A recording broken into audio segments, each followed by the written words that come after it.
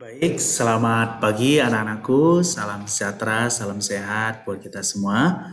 Anak-anakku kelas 7, kemarin anak-anak sudah mengikuti ulangan harian pertama tentang bilangan bulat.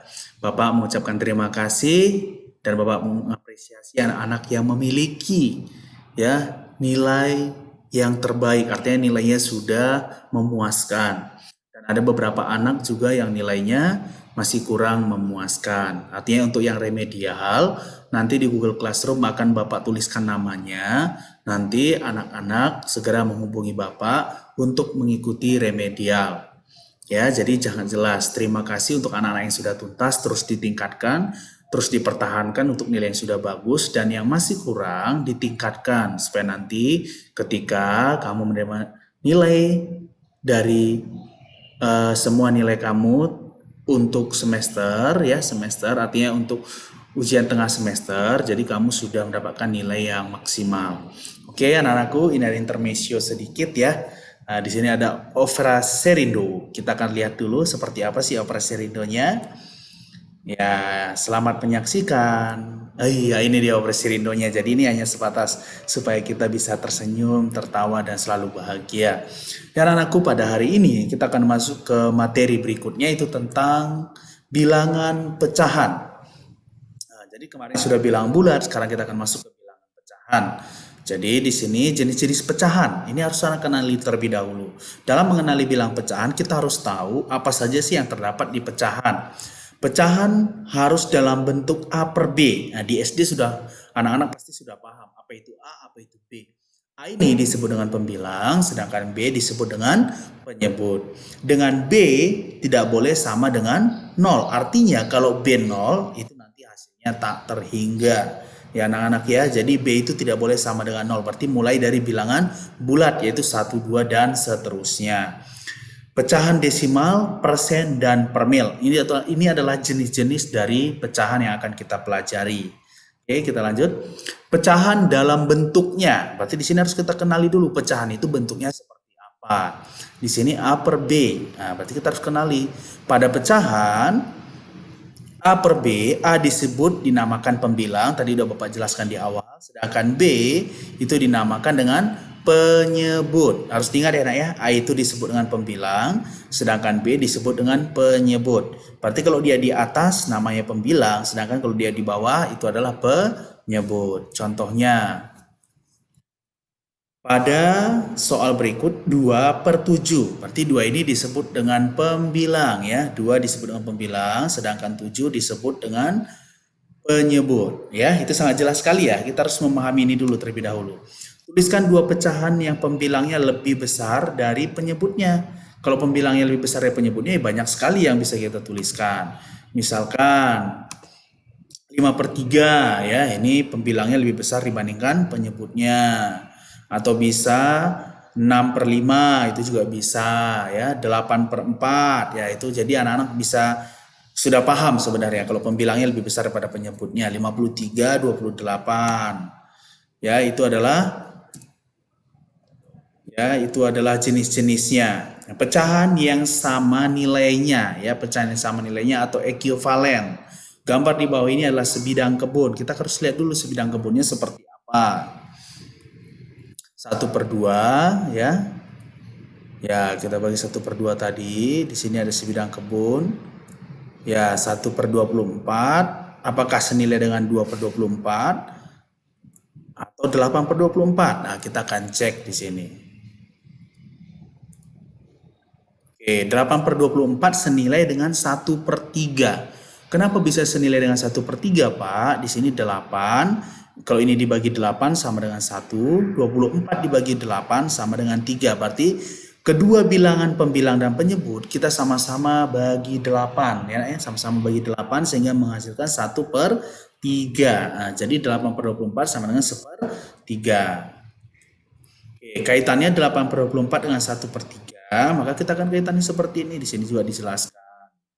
8 per 24 sama dengan 1 per 3. Maka 8 kali 3 sama dengan 24 kali 1. Berarti ini perkalian silang supaya dia sama. 8 kali 3 ini dikali silang ya, dan 24 dikali dengan 1. Jadi 8 kali 3 itu 24, 24 kali 1 sama dengan 24. Makanya dia disebut dengan senilai.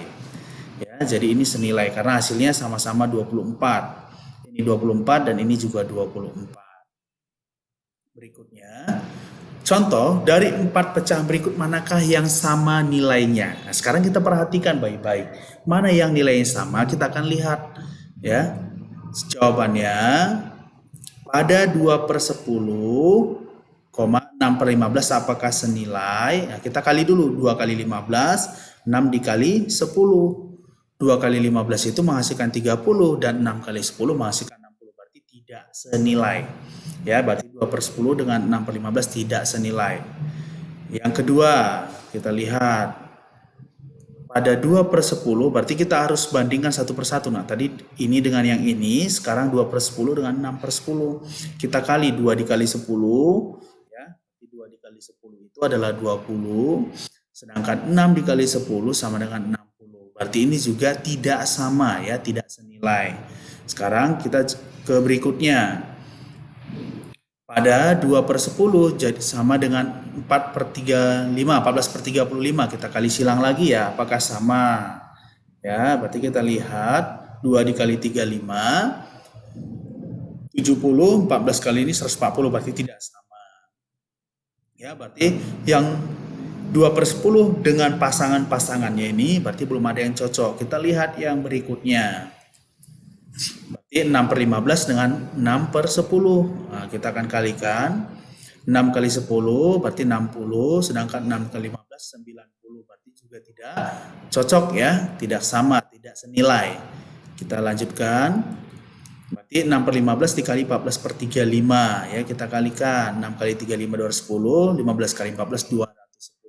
Karena nilainya sama, maka dia senilai ya. Berarti yang senilai itu 6/15 dengan 14/35. Jelas ya anak-anak ya? Berarti ini adalah pecahan yang senilai. Apakah 17/34 dan 28/56 sama? Kita akan lihat. Tinggal kita kalikan. 17 dikali 56 sama dengan 34 kali 28 sama dengan 952. Berarti ini adalah sama atau senilai. Kesimpulan yang harus kita dapatkan, jika A per M sama dengan B per N, maka dikali silang A dikali N sama dengan B kali M. Nah, A kali N sama dengan B kali M. Bagaimana anak-anak? Mudah bukan? Jadi pecahan itu sangat mudah, karena anak-anak juga sudah mendapatkan di SD. Tinggal kita ulang kembali dengan hal yang paling sederhana atau kita kembangkan dalam bentuk pecahan yang lebih lagi dari pelajaran waktu SD. Jelas untuk yang senilai? Bisa dipahami? Oke, kita lanjut. Penjumlahan dan pengurangan bilangan pecahan. Nah, seperti contoh di sini, Nina membeli 1/4 kilogram buah jeruk, tetapi mengingat teman-temannya akan datang ke rumah, ia membeli lagi 3/4 kilogram buah jeruk.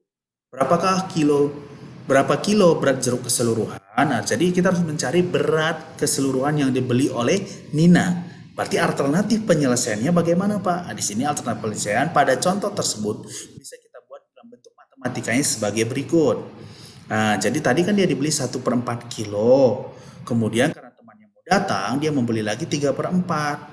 Nah, jadi maka hasilnya sama dengan, karena di sini penyebut sudah sama, tidak perlu kita samakan lagi, tinggal kita jumlahkan pembilangnya. 1 tambah 3 berarti dapat 4. Juga 4. Karena 4 dibagi 4 sama dengan 1. Berarti hasilnya adalah, jadi berat buah jeruk yang dibeli oleh Nina adalah 1 kilogram. Bagaimana anak-anak? Mudah ya? Jadi sangat mudah dipahami ya. Karena di sini penyebutnya berbeda, berarti tinggal kita jumlahkan pembilangnya. Kalau dia berbeda berarti harus disamakan dulu ya. Ini karena penyebutnya sama, berarti pembilangnya tinggal kita jumlahkan. Jelas? Oke, kita lanjut. Contoh kedua, karena sedang mendapatkan nilai bagus di sekolah, Francisca membawa sebuah kue dan ingin berbagi kue yang dimiliki kepada Limbong dan Jessica. Limbong diberi 1/4 bagian, sedangkan Jessica mendapatkan 2/5 bagian. Berapa bagian yang masih dimiliki oleh Francisca setelah diberikan kepada kedua temannya tersebut? Nah, di sini alternatif penyelesaiannya adalah sebagai berikut. Sisa kue yang masih dimiliki Francisca sama dengan, berarti kan dia membawa satu kue utuh gitu ya. dikurangi 1/4 untuk Limbong dan 2/5 untuk Jessica. Kita bisa membuat bentuk matematikanya sebagai berikut. Nah, 1 dikurang 1/4 tambah 2/5, maka sama dengan, karena ini penyebutnya berbeda, ya penyebutnya kan di sini 4, sedangkan di sini 5. Supaya ini sama, kita tinggal kali silang tadi, seperti yang Bapak jelaskan. Berarti 1 per, ya 1 ini artinya 1/1, karena 1 bagi 1 tetap 1 ya. Berarti kita selesaikan dulu yang di dalam kurung. 1 dikurang, berarti 1 kita kali dengan 5, 1 kali 5 di atas, 2 dikali 4 juga di atas dengan operasi penjumlahan. Sedangkan penyebutnya 4 kali 5 atau mencari FPB ya, KPK. Nah, KPK sudah diajarin ya cara mencari KPK di SD, sudah anak-anak pasti sudah ingat. Jadi anak-anakku 1 kali 5 itu hasilnya 5 ya. 1 kali 5 hasilnya 5, 2 kali 4 itu 8, maka tinggal kita hasilkan. Maka sama dengan 1 dikurang 13/20 karena penyebutnya sudah sama. Sedangkan di sini belum sama. Cara menyamakannya bagaimana, Pak? Di sini kan penyebutnya 20. Nah, karena ini di sini penyebutnya 20, kita kali ke sini. Berarti 20/20. Maka hasilnya seperti ini, 1 kali 20 dikurang 13/20. Nah, karena kita kali silang. 1 kali 20 itu 20, dikurang dengan 13/20. Maka menghasilkan 7/20. Ya. Jadi sisa kue yang masih dimiliki Francisca adalah 7/20 bagian. Ini adalah hasil yang kita dapatkan. Bagaimana anak-anak? Bisa dipahami ya? Nah, nanti Bapak juga akan kirim PowerPoint-nya ya, supaya nanti anak-anak bisa melihat di PowerPoint, bisa juga melihat di video pembelajaran. Oke, pengurangan pecahan. Tentukan hasil dari 1/2 dikurang 2/5 adalah sebagai berikut. Nah, sama seperti penjumlahan, hanya bentuk operasi yang berbeda. Di sini kan pengurangan. Sebenarnya caranya sama. Alternatif penyelesaiannya, tinggal kita kali 1 kali 5 ya, per, ini di bawah juga dikali 2 kali 5, dikurang 2 kali 2 per 2 kali 5. 1 kali 5 itu menghasilkan 5, 2 kali 2 menghasilkan 4. Ini semuanya per 10. Maka 5 dikurang 4, 1/10. Ya, itu adalah hasil dari pengurangan pecahan. Jadi masih sangat mudah karena hanya mengulang dari SD. Oke, sekarang kita masuk ke KPK dan FPB. Nah, apa kaitannya KPK dan FPB dengan pecahan? Kalau kamu mencari penyebut, bisa menggunakan KPK supaya lebih mudah menemukan kelipatannya yang sama ya. Jadi di sini kita akan belajar KPK dan FPB. Kelipatan persekutuan terkecil KPK berarti di sini adalah pengertian kelipatan. Kelipatan suatu bilangan adalah merupakan hasil kali bilangan tersebut dengan bilangan asli. Itu disebut dengan KPK. Pengertian kelipatan persekutuan ya. Ini dia. Kelipatan persekutuan dua bilangan adalah bilangan yang termasuk kelipatan bilangan pertama dan bilangan kedua, yaitu kelipatannya. Pengertian kelipatan persekutuan terkecil ya. Berarti di sini kelipatan persekutuan terkecil dua bilangan adalah bilangan yang terkecil dari kelipatan persekutuan kedua bilangan itu. Ya, ini hanya penjelasannya supaya anak paham. Oke, kaitan kelipatan persekutuan dan KPK, berarti kelipatan 2, berarti di sini bertambah-tambah 2, berarti 2, 4, 6, 8, 10, 12, 14, 16, 18, 20, dan seterusnya. Kelipatan 3 berarti 3, 6, 9, 12, 15, 18, dan seterusnya. Kelipatan persekutuan 2 dan 3 adalah berarti yang sama. 6, ada yang sama ya? Nah, 12, 18, 24. Berarti ini adalah kelipatan persekutuan yang sama ya. 6, 12, 18, 24. Bisa anak-anak dipahami? Oke, kita lanjutkan. Kelipatan persekutuan terkecil KPK 2 dan 3 adalah 6. Berarti KPK-nya yang terkecil adalah 6 ya. Nah, jadi ini bisa dijadikan penyebutnya. Kalau seandainya nanti penyebutnya 2 dan 3, berarti supaya dia sama, berarti KPK-nya adalah 6. Nah, 2 kali 3 kali 2. Nah, jadi seperti itu mencari penyebut dengan KPK. Nah, tuliskan 4 buah. Yang pertama bilangan kelipatan 13 dan kelipatan 24. Nah, di sini bisa kita lihat kelipatan 13 adalah 13, 26, 39, 52. Sedangkan kelipatan 24, 24, 48, 72, 90. Nah, catatan suatu bilangan selalu termasuk kelipatan bilangan itu sendiri. Itu masuk dari KPK-nya ya. Jadi sangat jelas. Tuliskan 3 buah bilangan pertama kelipatan persekutuan. Karena 3 buah bilangan pertama tinggal kita lihat 12 dan 15 dulu ya.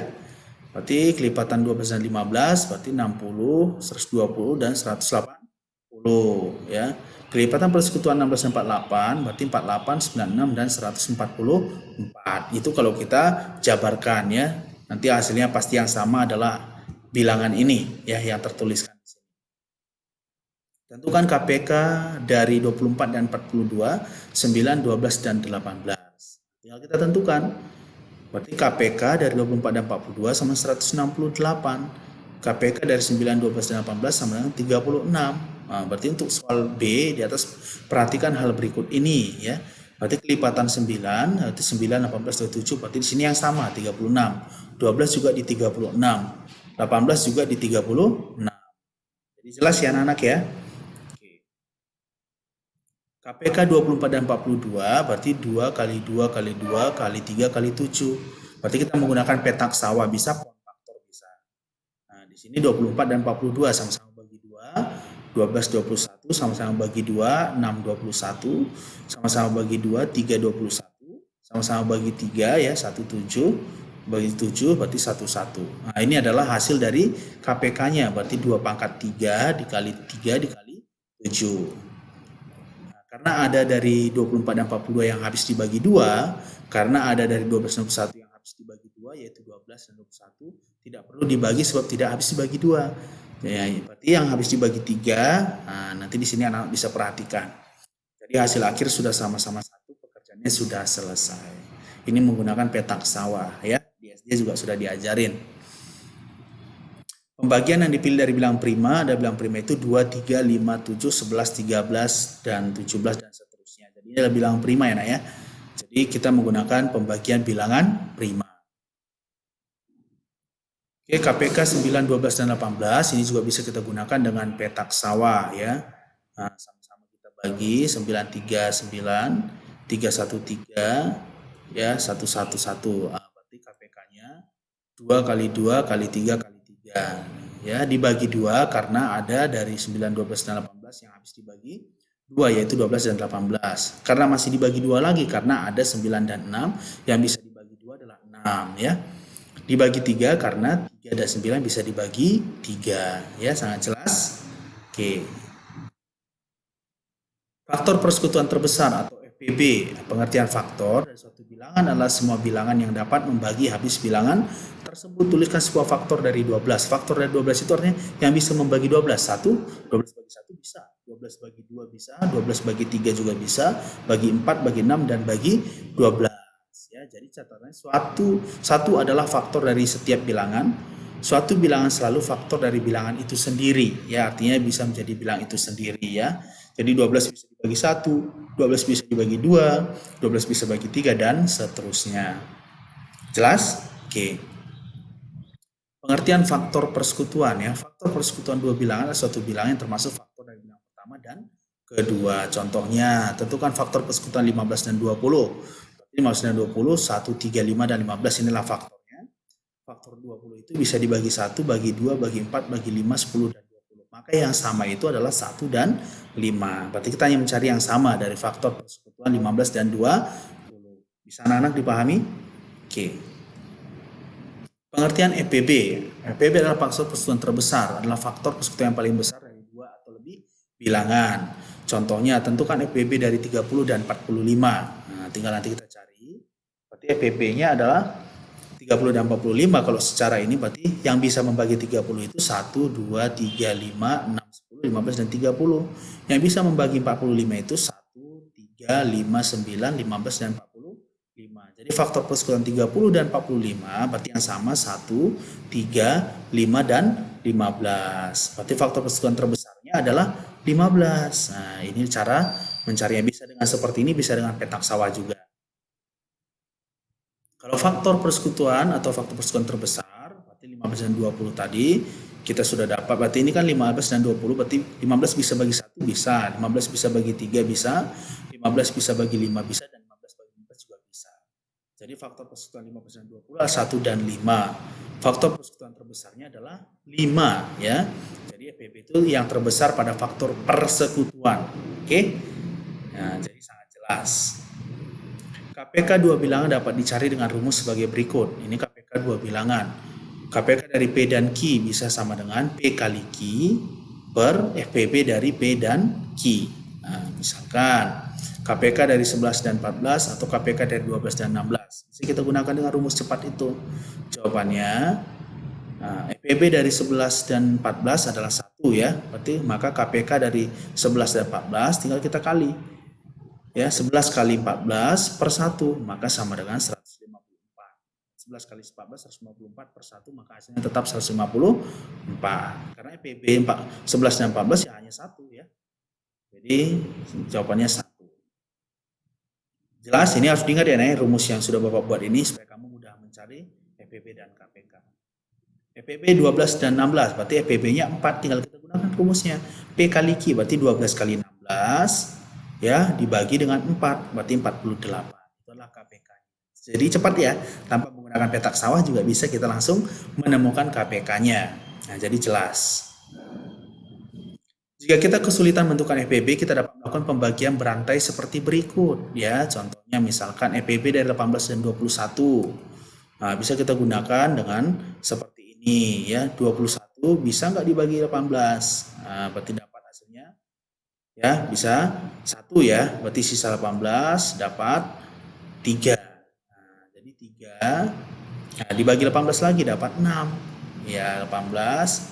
Maka hasilnya 0. Ya. Nah, jadi FPB dari 18 dan 21 adalah 3. Ya, kenapa 3? Karena bisa dibagi ya. 18 ini kan dan 21 bisa dibagi 3 ya, sama-sama bisa dibagi 3. Nah, 24 bisa juga ya, sama dengan 8. Berarti 8-nya kita bagi lagi dengan 24 ya. Nah, jadi FPB dari 30 dan 56 adalah 8 karena bisa dibagi 8. 30 bisa dibagi 8, 56 juga bisa dibagi 8. Jadi jelas, pembagian selesai apabila telah menghasilkan 0 dan pembagian yang terakhir adalah FPB-nya. Nah, jadi pembagian yang terakhir ini adalah FPB-nya. Karena hasilnya sudah 0. Ini juga hasilnya sudah 0. Nanti bisa dilihat lagi ya. Oke. Apa kegunaan KPK dan FPB? Antara lain menyederhanakan pecahan. Ini kemarin ya, yang tadi Bapak jelaskan ya, penjumlahan dan pengurangan pecahan dan lain-lain. Jadi bisa kita gunakan ya berbagai banyak hal untuk KPK dan FPB. Nah, jadi sampai di sini dulu penjelasan dari Bapak. Nanti kalau ada yang kurang jelas ya, nah ya bisa ditanyakan lewat chat pribadi atau Google Classroom. Nanti juga akan Bapak buatkan PowerPoint yang tadi supaya nanti anak bisa mengulang kembali. Jadi anak-anakku tetap semangat, tetap meningkatkan daya juang supaya nanti setiap pembelajaran kita bisa menghasilkan hasil yang baik. Jadi anak-anakku selamat mengerjakan tugasnya, tetap semangat, Tuhan Yesus memberkati.